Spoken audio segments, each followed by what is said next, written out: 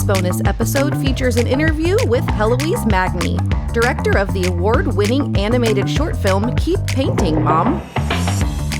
We're joined now with Heloise Magny, who created Keep Painting, Mom, our October 2021 Best Animation submission. Hi, Heloise. How are you doing? I'm very good, and you? I'm excellent. Can you tell the folks who are listening what inspired you to create this movie? I had a tough time as a teenager. Like, it was not the same story as Tom, but I was an artist in a school that pushed us to go in science a lot, and I did not want to go to in science. So I didn't feel at my place there. So what helped me to go through that difficult phase of my life was drawing. So the idea, it comes from there. So I have a similar story, but there was no violence history in my family. So Tom's story is a really more dramatic story than mine. But it's still what inspired me was my past in high school. Oh, yeah, in Tom's story, and Keep Painting, Mom is about a young man named Tom who's having a difficult time at home and using his creativity, his love for drawing, to find an escape from that. And I try not to give too much away about the films that we're talking about, but Tom goes through some very dark moments, some very dark inner moments. Can you talk about what inspired you, or just the visuals that you use and the sound effects that you use while he's going through these dark times? How did you get all these together?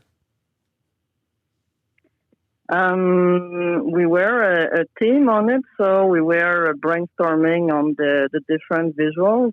But I was also inspired a lot by German expressionism.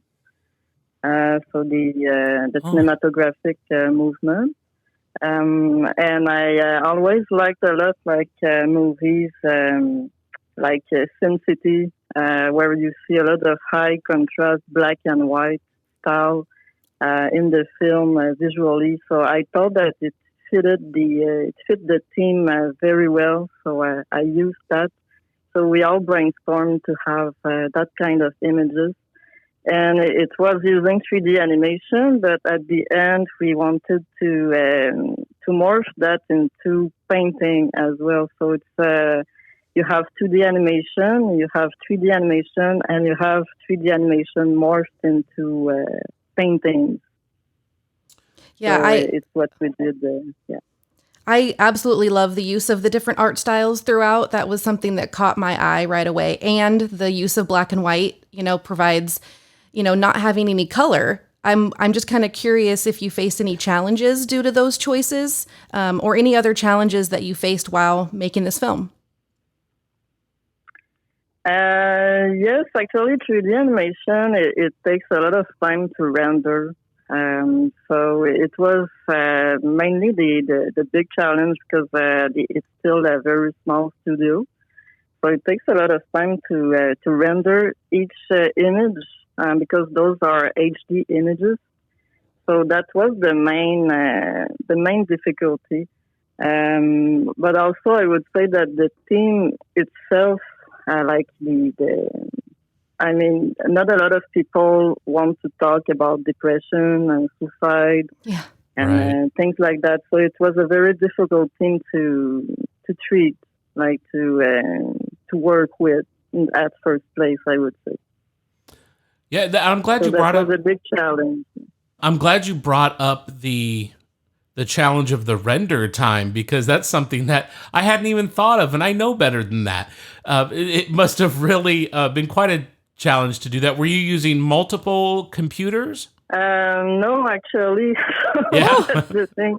Because it was a very independent project, and we did not get that much financing to do it. We did have a bit of money, but not that much. So the use of multiple computers would have been a lot of money involved. Okay. Sure. I think we did use for one shot, I think 2 or 3 computers, but that's all. Yeah. So the rest was with only one computer. Yeah. Wow. Well, this voice cast that you've used, Ed Kelly, Chloe Richard, William. Okay, you got to help me with this last name. Who's William Violinis?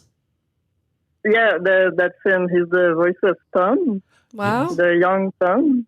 And we have Ed Kelly for the older Tom, Diego Walras for Richard, and Chloe Stark for Emma. Nice. And you have a surprise casting of sorts in this film. Do you want to talk about that at all? Yeah, actually, it came. It's because I was looking at first for a stock footage with a man signing the comic book because it was the pandemic. I couldn't film someone, so I just searched online and I came across stock footage of David Dastmalchian, who was signing his own comic book. So I was able to buy it for around $1,000 and for use in our film for non-commercial use and for film festivals and public display, but non-commercial.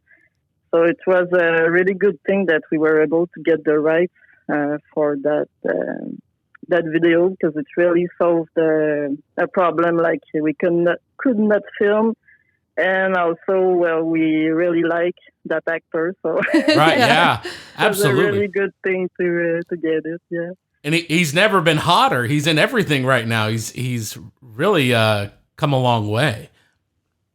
Yeah, actually, when we bought it, it wasn't like that. This came after, and we were like, "Wow, what a timing!" You know? Yeah. Yeah, that's a good investment. Yeah, that's cool. That's really nice. Well, So but that's a good thing to do. Also, to look for that kind of stock footage, I think, because it really helps independent filmmakers to make their films. yeah. No, well, not only was it smart of you to go searching for that, what a cool thing that an actor like David Dastmalchian has done to provide that for people to use and inspire their own creativity, just using a simple bit of footage that he has. That's just awesome. Yeah, exactly. It's very nice. I hope a lot of other actors will do the same. Honestly, it's very cool. Yeah, that'd be great. Well, Keep Painting Mom clearly is aimed at suicide prevention by being a relatable story to young people. Well, really, of anybody of any age, but obviously Tom in the film is young. What should people know about this message and about this film? It's a message about life in general, that you can go through very difficult things in your life, but there's always a tomorrow. You know, there's always a way to get out of things. Most of the time, I'm not saying that you don't have situations that you cannot go through. Sure. But most of the time, when you're dealing with depression, there's a way to get out of it. And it's not suicide. So that's the main message of the film. Mm-hmm. And I believe that a lot of people have the strength to go through it. So that's why I wanted to make that film. Well, that's beautiful. Can our listeners see the film anywhere right now? It's in the middle of December of 2021. I'm not sure that it's public, but is it available somewhere? Not yet, because right now we're still in competition that are online only. It's not visible online. It's like only awards competition, because it's going to be screened next summer in festivals. So we're still waiting for the festivals that will take the film to be screened next summer. Well, then So right now it cannot be seen, but pretty soon it will be in a couple of months. Yeah. okay, good. Well, it sounds like people need to follow you and your journey so they can have an opportunity to see Keep Painting Mom. Where's the best place to go to keep up with you? Your website, social media? It's on the Facebook of Digital Graphics. So the Digital Graphics is the name of the company, and we have a Facebook page. So that would be the main way to follow us. There's also the main website, but I would say that Facebook. We really put every award that is won, and we will put the festivals that will be screened next summer as well. On our Facebook page. So it's Digital Graphics, so GRIFFIX, and it's on our Facebook page. Fantastic. And I'll put those links in the description box of this podcast as well. So that'll make it a little easier for folks to find you. Can you tell me a little bit more about what you're doing with Digital Graphics right now?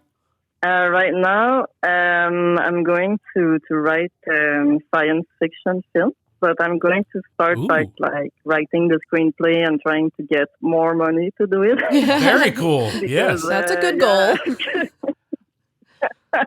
Yeah, because it's going to be a full-length film. So obviously I'm going to need more financing. So that's what I'm doing now. But I also have a full-time job in film, in visual effects as a layout artist. Wow. So that's what I do. But I do digital graphics on the side these days. That's awesome. And someone so talented and able to do so many things. I think anybody who gets a chance to see Keep Painting Mom would be very interested in seeing what you create in the future. It's dark, but it's beautiful and it's so unique. And there's clearly so much thought put into each frame that it really blew us away. And as you know, you won Best Animation for our October competition. But this... Yes, thank you so much. I was so happy about that. Well, let's try to make you even more happy, Heloise, because Keep Painting Mom is our Best Animation of 2021. For our annual awards. So congratulations to you and your team for taking home the top honor of our animation for this year. And by the time Thank you so much. Oh, you're welcome. Wow, very nice. You're welcome. And by the time we put this out later this month, I'll have sent you the laurels for Best Animation of the Year as well. So that won't be something you can find on your own, but we'll send it directly to you as soon as they're ready. But yeah, well deserved. Thank you so much. You're doing a great job with the festival as well. We were so happy to have the review and prizes. It's excellent. Oh, well, so thank you so much. You're quite welcome, and thanks for saying that. Heloise, do you have advice for other first-time filmmakers or animators specifically about what do you need to be an animator? What would you tell Heloise before making Keep Painting Mom? What kind of advice would you have? Well, I would say if you have an idea you believe in, go for it. You just have to find a way to tell a story with the budget that you have. Sometimes you might need to revise the way you're going to tell your story. Depending on your budget. But most of the time you can tell a story with different mediums like I did. I used different types of animation to tell my story. It wasn't only 3D animation, which would have cost a lot more money. Right. So there's a way to tell your stories. I would just say believe in your idea, because I did. And now it's working. It people shows. They like the film, and it's So, it's very important to believe in yourself, believe in your ideas. Don't wait for a lot of money to start. I mean, like I said, try to tell your stories with the budget that you have. and it's most probably going to be a great story as well. I think that's absolutely great advice. Well said. Well, Heloise, is there anything else about Keep Painting Mom that you want to bring up that I haven't asked you? I don't think so. I mean, I will put the date for the festival on our Facebook page. I think everything will be there and should be it. Okay, fantastic. Well, Heloise, thank you so much for joining us and discussing Keep Painting Mom, and thank you for submitting, and congratulations to you for winning not only in October, but for the year of 2021 in our animation category. Awesome. Thank you so much. I'm so glad I did. It's a big honor for me. All right, awesome. Okay, bye, Heloise. Bye-bye. Thank you so much. Find more information about our guest in the description box of this episode. If you'd like your project discussed on the podcast, go to IndieEyeFilmAwards.com and submit to our open monthly competition. Find us on Instagram and YouTube. IndieEye Film Awards. Thanks for listening to this bonus episode of the IndieEye Film Awards podcast.